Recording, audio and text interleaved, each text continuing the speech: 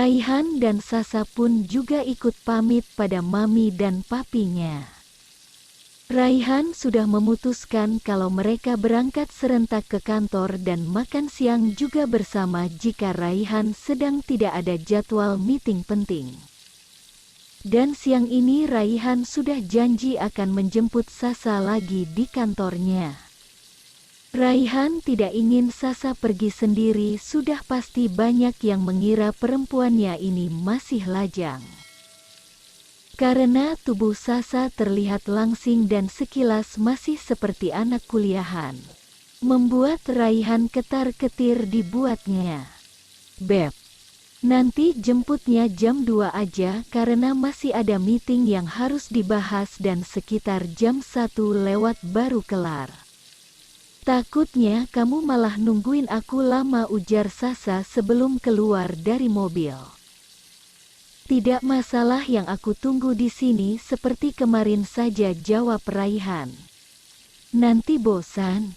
"Nggak ada kata bosan untuk kamu," gombal cebik Sasa. Sasa hendak keluar tapi pintu belum dibuka oleh Raihan. "Buka, Beb," ujar Sasa. Tapi Raihan seolah tuli, dia malah bersiul santai tanpa memperdulikan permintaan Sasa. Sasa tahu apa yang diinginkan suaminya saat ini. Tapi Raihan benar-benar membuatnya jengah karena semalam dia sudah digempur habis-habisan. Tapi pagi ini masih saja bersikap seperti tidak puas. Apa ada kelainan pada suaminya ini, pikir Sasa. Rasa sengal di tubuhnya saja belum hilang. Sasa menghela nafas panjang lalu menarik wajah Raihan dan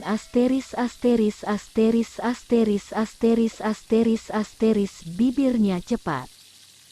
Sasa langsung pada intinya saja karena mencium pipi Raihan juga percuma, pasti lelaki tampan ini menginginkan lebih sedangkan Sasa tidak mau membuang waktu. Raihan membuat mulutnya untuk memberikan askes pada Sasa masuki. Dia memang sengaja membiarkan Sasa yang bergerak agar perempuan ini terbiasa dan tahu akan tugasnya setiap pagi. Sasa menghapus bekas lipstiknya yang tertinggal di bibir Raihan dan memoleskan kembali lipstik tipis di bibirnya.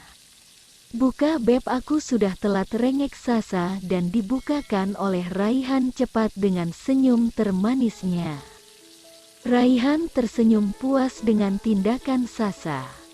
Ingin rasanya mengulangi lagi percintaan semalam yang membuatnya susah move on dari perempuan cantik ini.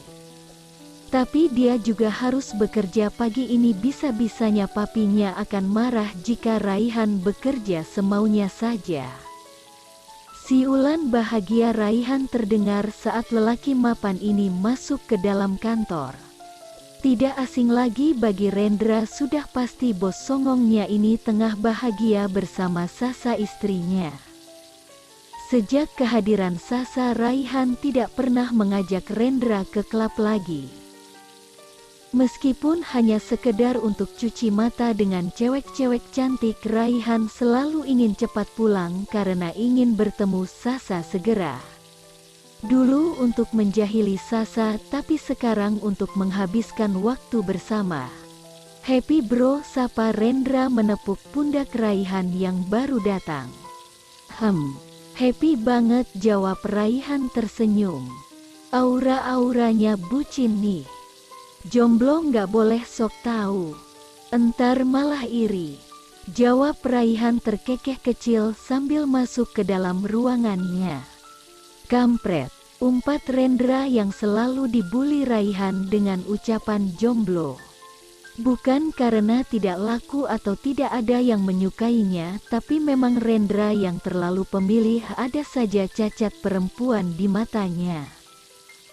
Hanya Abel satu-satunya perempuan yang Rendra temui tanpa celah, tapi Abel sulit sekali untuk ditaklukkan. Abel seperti burung yang saat didekati langsung terbang. Membuat Rendra frustasi, apa mungkin ini balasan dari Tuhan? Karena dia sering memainkan hati perempuan, tapi jika ia kenapa Raihan tak mendapatkan balasan juga?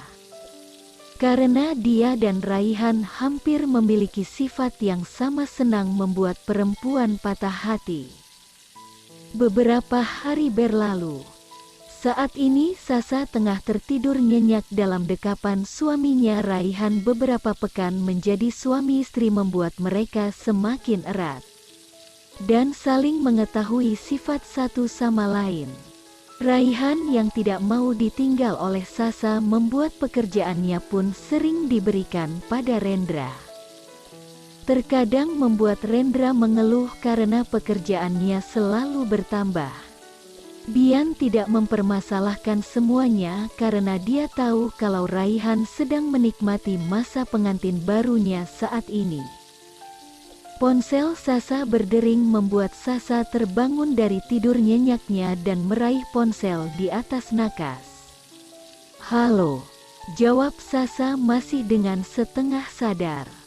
"Halo," tapi tak ada jawaban membuat Sasa jengah dan menutup kembali, tapi tiba-tiba masuk satu pesan dan dibuka oleh Sasa. "Temui aku di Hotel XX sore ini.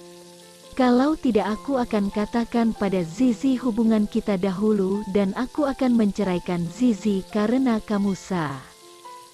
Sasa terdiam. Baru saja akan mendapatkan kebahagiaan, kenapa Alex harus kembali lagi? Dia sudah bisa melupakan bayangan Alex dan menerima Raihan sebagai suaminya, tapi kini Alex malah mengacaukan semuanya. Apa yang harus Sasa jelaskan pada Raihan? Bagaimana cara dia menceritakannya? Apakah Raihan akan percaya padanya? Banyak pertanyaan di benak Sasa. Dia bingung dengan situasi saat ini. Bagaimana jika Alex benar-benar menceraikan Zizi? Karenanya sudah pasti Zizi akan marah pada dirinya, mungkin bisa tak mau melihat Sasa lagi. Sasa segera bangkit ke kamar mandi. Hari ini memang mereka libur karena siang ini Bunda dan Ayah Dani akan datang. Sasa terlihat gelisah, apa dia harus menuruti perintah Alex? "Bunda," pekik Sasa saat keluar kamar melihat bundanya sudah datang. Dia segera memeluk perempuan yang sudah melahirkannya ini.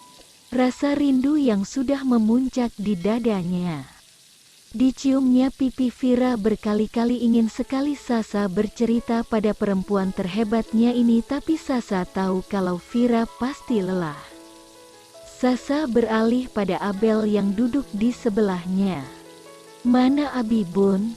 tanya Sasa. "Sedang di taman belakang sama Ayah dan Papi Bian," sahut Melinda yang baru keluar membawakan beberapa cemilan. Karena sang besan akan datang, Melinda membuatkan makanan banyak.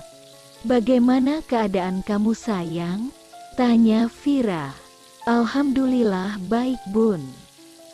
Seperti yang Bunda lihat, aku tambah gendutan di sini.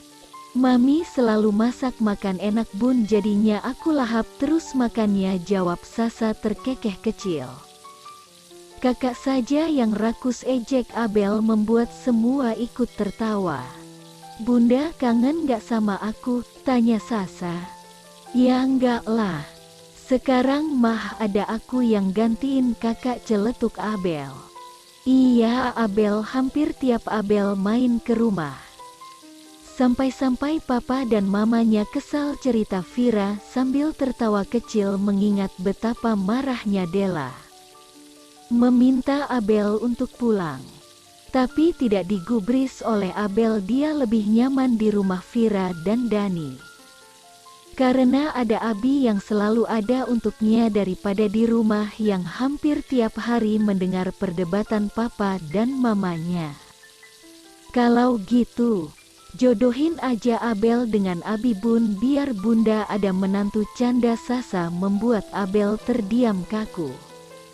"Lo kenapa? Gue cuma bercanda kali, mana mau lo sama Abi?" Secara dia anak mami, ucap Sasa lagi, membuat Abel tersenyum terpaksa, padahal ini hal yang paling dia nanti dijodohkan dengan lelaki pujaannya. Sayang, pekik Raihan keluar dari kamarnya dengan wajah kusut baru bangun tidur. Ya, sahut Sasa yang asik mengunyah kue buatan sang mertua. Sayang, hei, ada bunda. Kapan datang bun? Tanya Raihan menyalami punggung tangan Vira dan duduk di sebelah Sasa dengan mendorong kecil Abel. Sudah 1 jam lalu. Kalian lagi tidur nggak enak mau dibangunkan, jawab Vira.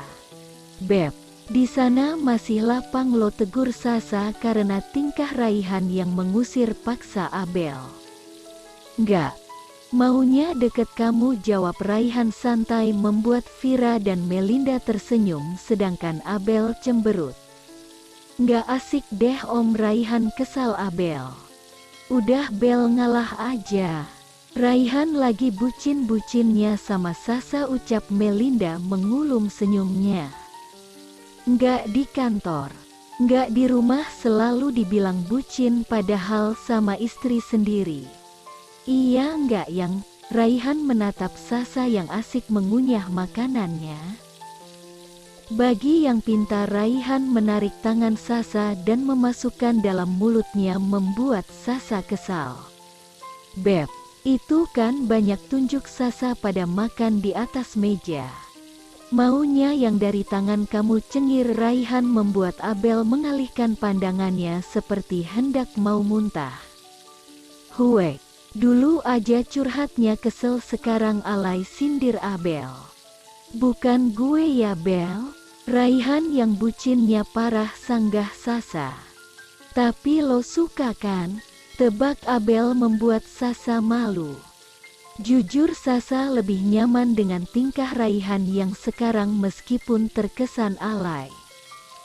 Tapi Sasa merasa menjadi perempuan beruntung yang bisa menikah dengan pengusaha terkenal, kaya, tampan dan penyayang. Raihan tidak pernah bersikap alay seperti ini pada perempuan lain kecuali dirinya, sehingga membuat Sasa merasa disayang dan diperhatikan Raihan. Beb, mandi dulu gih, nanti ngobrol sama ayah di belakang. Di sini khusus perempuan, perintah Sasa. Seperti kerbau dicolok hidungnya, Raihan mengangguk patuh. Saat ini Raihan malah takut kalau Sasa merajuk atau marah padanya, jadi sebisa mungkin apapun perintah Sasa akan dia turuti.